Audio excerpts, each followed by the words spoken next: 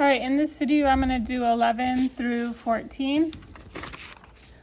Number 11 says, a 50 kilogram object is pulled by a force parallel to the surface and is moving with a constant velocity, and there's friction on the surface. So my free body diagram is going to be my force normal up and my mg down. Right, I'm on a surface, so I will have a force normal, my applied force, and then my frictional force is acting opposite my applied force. If you were going to draw this on the diagram itself, your force normal being a surface force needs to be drawn from the surface.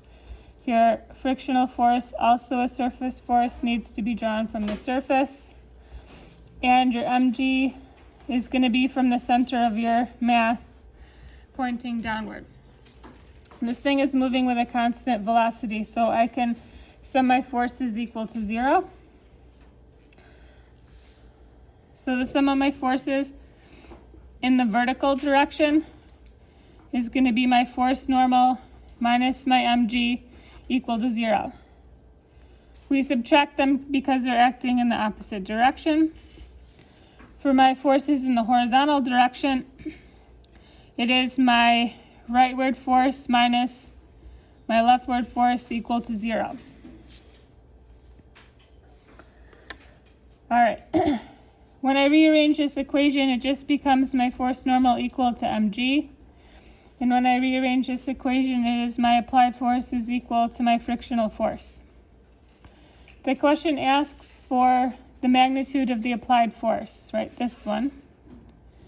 So we need to do some substitutions. The other equation we're going to use from your equation sheet is your frictional force is equal to mu times your force normal. We're given mu in the word problem, so that should be an indicator that you're going to be using this equation. Given to me in the word problem is my mass. Right, I can get my gravitational force from that times 10, and my mu is 0.2. So since my gravitational force is equal to my force normal, right there, my force normal is also going to be 500 newtons. And my frictional force is equal to my applied force. And my frictional force is also equal to my mu force normal. So my mu is 0.2, my force normal is 500. So my frictional force and my applied force here are going to end up being 100 newtons. If I were to rank these forces, I would say that my force normal is equal to my mg, and they are both greater than my applied force equal to my frictional force. All right, that was 11. 12 says, if the object is now being pulled at 200 newton force parallel to the surface, what's the acceleration of the box? So my free body diagram will look the same way, right? We could draw this arrow longer because we know it's going to be greater than my frictional force because this thing is accelerating. So in the vertical direction, the sum of my forces is going to be the same. My force normal minus mg is equal to 0. My mg is equal to my force normal, which is still equal to the 500 newtons because the mass of my box did not change. The sum of my forces in the horizontal is still my applied force minus my frictional force, except for now I'm accelerating, so I'm going to set this equal to ma instead of setting it equal to 0. My applied force was given to me in the word problem is 200. And my frictional force doesn't change because my mu didn't change and my force normal didn't change. So I normally don't put units in there. My frictional force is still going to be 100. Is equal to my mass times my acceleration. My mass is 50, and I'm looking for my acceleration. So 100 divided by 50 gives me 2 meters per second squared for my acceleration. That's 12. 13 says an object is being pulled with 60 newtons of force at an angle of 30 degrees. The coefficient of friction is 0.3. The surface has friction and is moving with a constant velocity. What's the mass? So for my free body diagram, I have mg down, force normal up. My frictional force is acting opposite my applied force. In this case, my force normal and my mg are not equal to each other. My mg is going to be greater, so I need to resolve this applied force vector into its vertical and horizontal components at 30 degrees. So we were given my hypotenuse, the hypotenuse of 60. So we need to use some trig to figure out what the magnitude of the horizontal component and the magnitude of the vertical component. So the horizontal component is going to be cosine because I'm adjacent.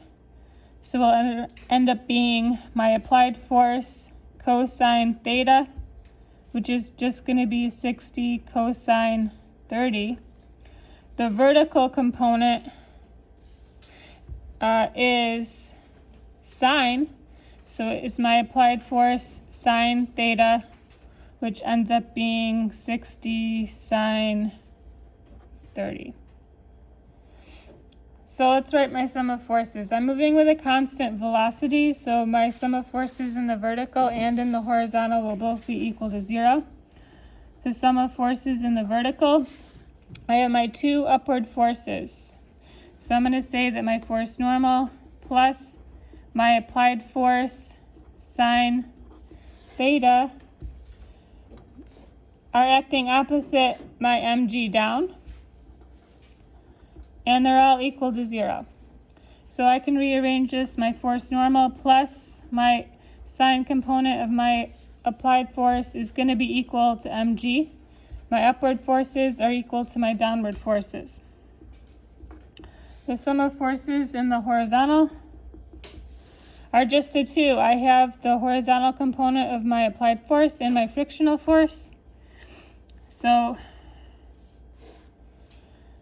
the cosine component of my applied force minus my frictional force is equal to 0 because we're moving with a constant velocity, so we're in equilibrium,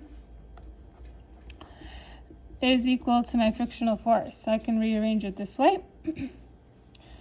And now that I have the sum of my forces equations, I have my theta, I have my mu, it's asking for the mass. So we need to do some solving in here for my force normal.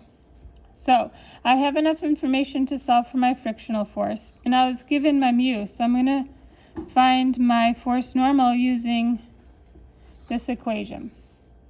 So I first need to solve for my frictional force, so it's going to be 60 cosine 30 is equal to my frictional force.